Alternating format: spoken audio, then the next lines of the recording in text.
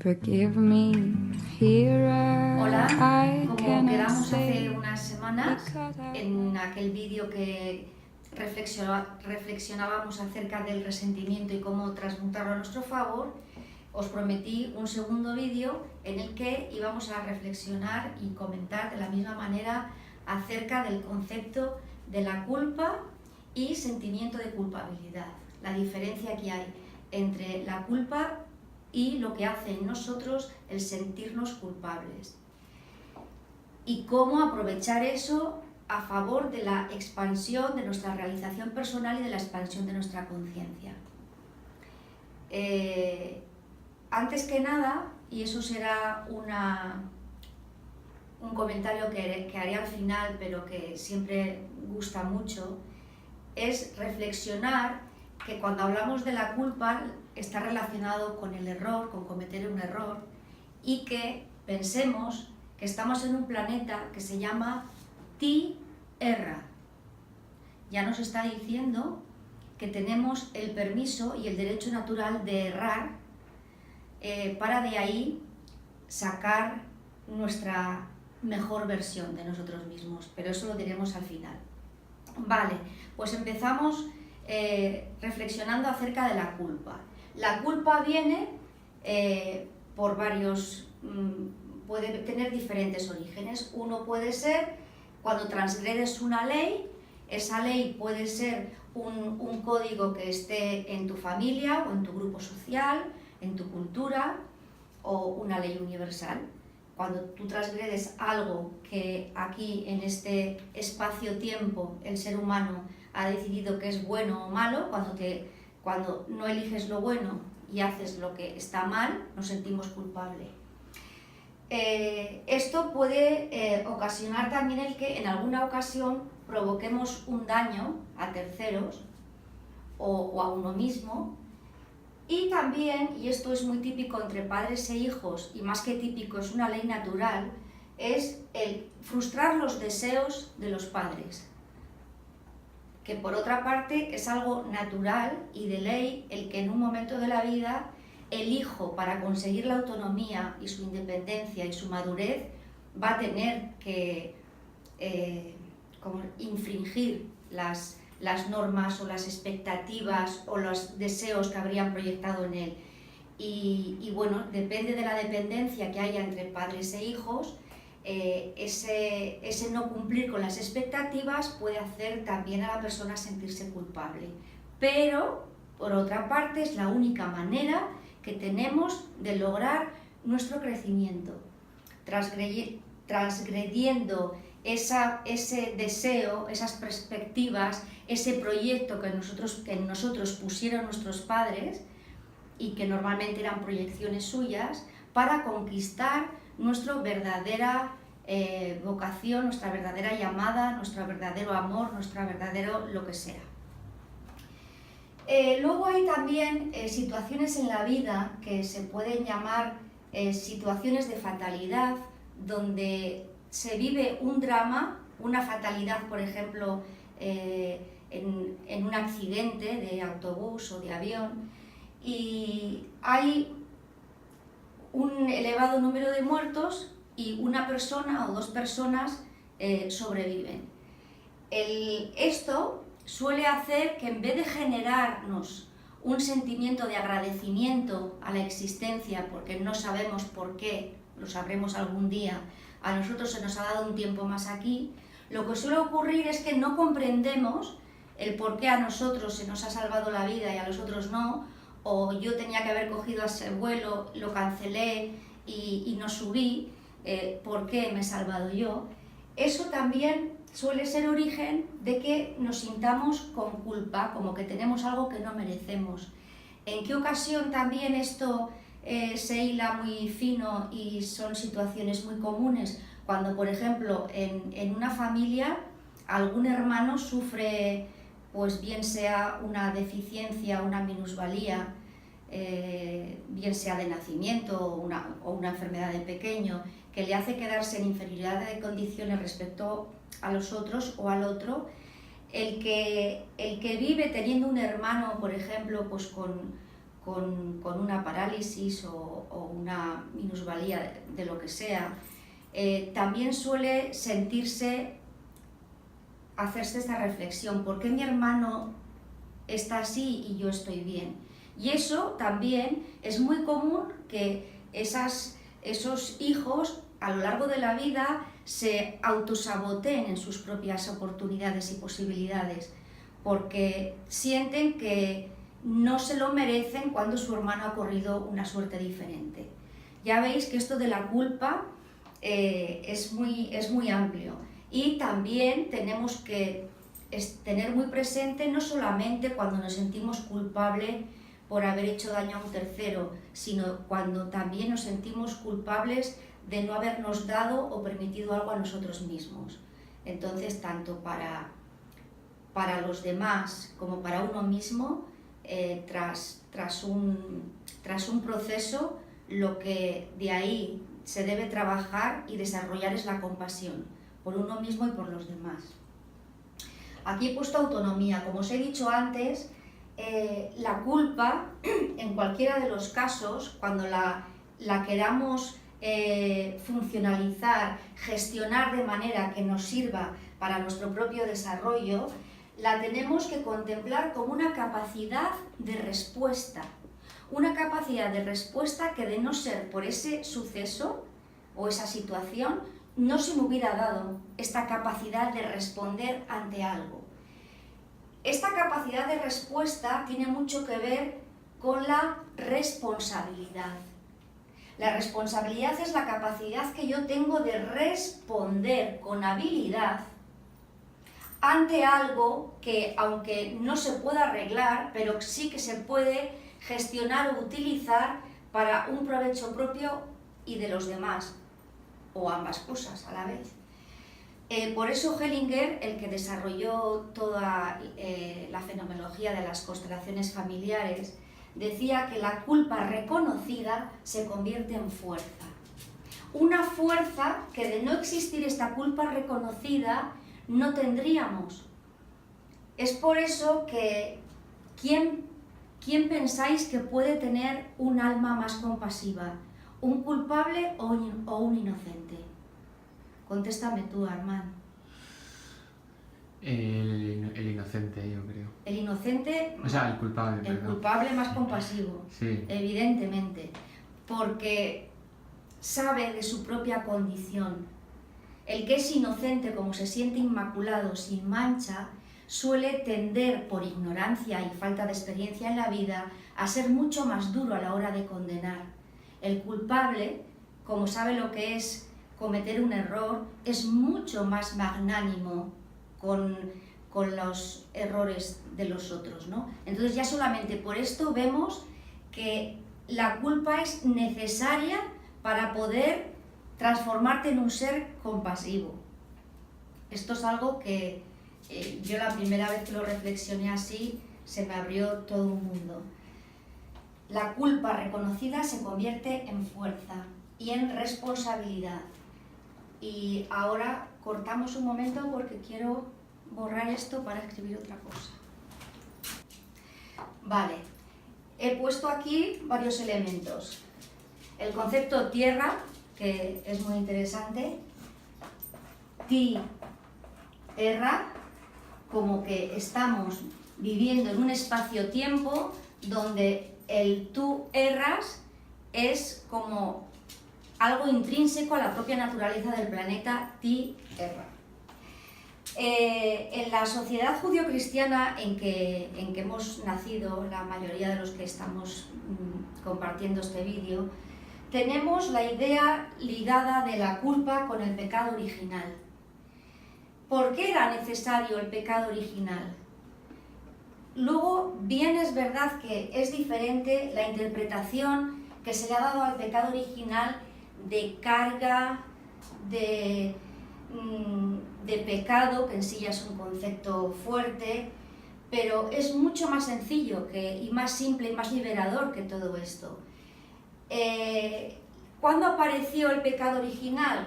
Cuando, según la historia de la Biblia, metafóricamente, se nos dice que Eva comió del fruto prohibido, el fruto del conocimiento. ¿Cuál es la esencia del conocimiento? El ser capaz de tener conciencia de lo que uno es y de lo que es el universo.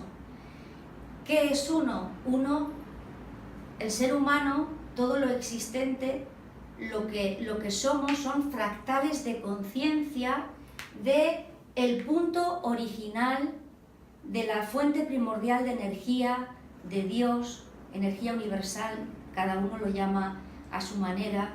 Cada uno somos como un fractal, un desdoblamiento, una separación de este punto primero. Cuando estamos aquí unidos al todo, cuando formamos parte de una unidad y no existe otra cosa, ¿pensamos que podemos tener conciencia de nosotros mismos? ¿De la individualidad? Cuando solo estamos perteneciendo a un conjunto unido, coherente, cohesivo con todos los elementos, no se puede. Es necesario separarte para reconocerte a ti y reconocer al otro. Por eso dice que cuando Eva comió del fruto prohibido, comió de la manzana, símbolo del conocimiento, sintieron vergüenza de verse desnudos. ¿Por qué hasta entonces no se habían sentido vergüenza? Porque no tenían noción de separación. Eran una única persona. Entonces, gracias a esa separación de la fuente, es como que de repente venimos a la tierra y venimos con ese pecado original que no es otra cosa que la noción de sentirte separado de tu origen, al que luego retornaremos. Ese es el pecado original. Tener conciencia de nuestra separación, pero es que gracias a la separación podemos tener conciencia de nosotros mismos y conciencia de esto. Aquí no existe tiempo y espacio. Aquí el yin y el yang, femenino, masculino, pregunta-respuesta, están unidos, están compactados. Pero como es algo vivo, tiene una pulsación, que esto ya lo explicamos. En el momento en que eso explosiona y sus elementos se separan, siendo nosotros un fractal, nos podemos imaginar, cuando hablo de fractal, imaginaros el sol y un rayo de ese sol que viene aquí a reflejarse en un espejo. Ese rayo de ese sol es, digamos, la naturaleza divina que todos tenemos en cada uno de nosotros. Lo que pasa es que es abstracto, no se materializa. Tenemos un vehículo físico y biológico que en este tiempo y espacio sirve de vehículo para que este fractal de luz tome un cuerpo. Necesita un vehículo donde realizarse, donde tener esta experiencia espacio-temporal para seguir expandiendo conciencia. Y es por eso que cuando nos sentimos separados, sí, se le llama pecado original, pero habría que ver también en un primer momento cómo se tradujo esta concepción de pecado original. Pero es sentirte separado, sentirte que tú y la fuente sois dos cosas diferentes. Ese es más que el pecado, el error. El error es vivir en la fantasía, que aquí en el mundo material es muy fácil creer esto, vivir en la fantasía de que estamos separados de esto. Si seguimos con el ejemplo del sol y su rayo, imaginaros que tenemos un espejo pulido, limpio, brillante, enfocado al sol. Ese espejo es nuestro cuerpo físico y biológico. Si está enfocado al sol y alguien mira ese espejo, ¿qué ve? El sol. Ahora, ¿el sol se ha movido de donde está? No, el sol permanece donde está, él no se ha movido. Pero podemos ser un reflejo perfecto con todos los atributos y las cualidades de la fuente. Por eso se nos dice que hemos sido creados a imagen y semejanza de la fuente. ¿Qué pasa? Que este espejo, el trabajo que tenemos que hacer es el de es como si llevara aquí en la ignorancia de su separación y de su origen mucho tiempo y se hubiera cubierto de polvo, de barro, de suciedad. Ese polvo, ese barro, esa suciedad no es otra sino la falsa identidad de quien creemos que somos.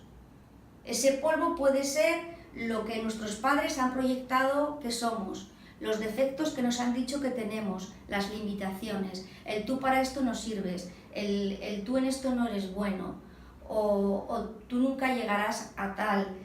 Puede ser la concepción que en el grupo te dan los amigos, el resto de personas del grupo, lo que proyecta y lo que se espera de ti o no, tus profesores, tus hermanos, todo el mundo de fuera, incluso sobre todo la programación que de manera hipnótica, digo hipnótica porque hasta los 5 primeros años el estado de frecuencia cerebral es el de ondas alfa, que es el que se usa en hipnosis para reprogramar las creencias del subconsciente.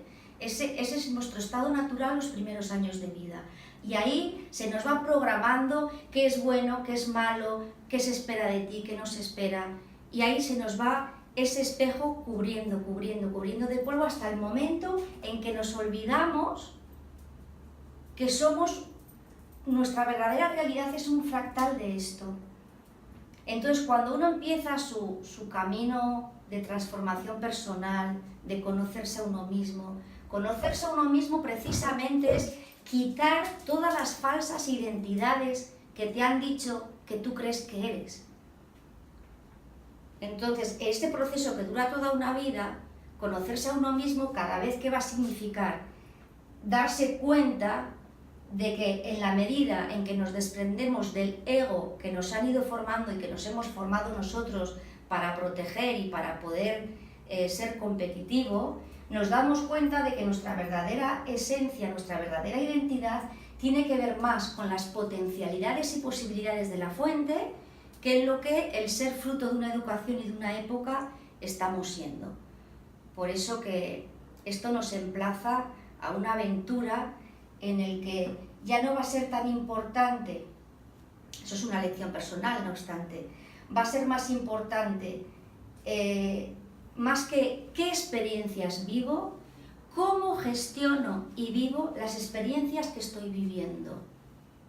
Porque en la medida en que yo gestione, funcionalice, yo repito mucho estas dos palabras, gestionar y funcionalizar las experiencias que tenemos en la vida, podemos conseguir que lo que hasta un momento era lastre, era carga, era pecado, era culpa, lo podemos transformar en combustible para expandir conciencia. Esa es el gran regalo oculto o la sorpresa de saber encarar la culpa desde una visión más madura. Y desde la visión más madura, gracias a la culpa, voy a tener una capacidad de responder que sin culpa no tendría. Voy a tener quizá fuerza para hacer algo grande y bueno con mi vida que si no tuviera ese peso no lo podría transmutar. Entonces, bueno, pues eso es lo que quería compartir, amigos culpables, el día de hoy. Que una cosa que se me ha olvidado, es muy diferente la culpa al sentido de culpabilidad. La culpa podemos hacer todo lo que os comentaba, la podemos transformar en fuente de fuerza. El sentido de culpabilidad paraliza, inmoviliza y te estanca. Entonces, cuando ya nos vemos pillados en ese sentimiento de culpabilidad en el que nos sentimos que no nos merecemos ni podemos permitirnos nada, lo que tenemos que hacer es mirarlo desde fuera como un observador y decir, cambiar, transmutar esto con una varita mágica que invisiblemente y realmente todos tenemos. Y decir, este sentido de culpa lo saco y con mi varita mágica, que es este rayo que me une a esta fuente universal, voy a transformar esto que metí la pata o hice daño o lo que sea, lo voy a transformar en fuerza para hacer algo grande y bueno por mi vida, por mí y por aquel, o en memoria de, o eso ya cada uno somos creadores y tenemos suficiente sabiduría e imaginación para darle la forma que queramos. Y bueno, esta es la reflexión de esta tarde, espero que os haya gustado y nada, pues hasta dentro de muy poco, en el que el tema a tratar será el reflexionar acerca de la vergüenza. El primer vídeo fue del resentimiento, este de la culpa, el tercero va a ser de la vergüenza, que se puede considerar una enfermedad del alma, y ver también cómo podemos transmutarla y imbuirle una vibración, una frecuencia que también para cambiarla a nuestro favor. Nada nos sobra y nada nos falta. Todo lo que tenemos, como las abuelas que con cualquier retalito nada sobraba, se hacían una composición monísima, en la vida, con lo bueno y con lo malo, nada sobra. Todo lo podemos reutilizar, reciclar para transformarlo a nuestro favor. Haremos lo mismo con la vergüenza. Un abrazo a todos, amigos.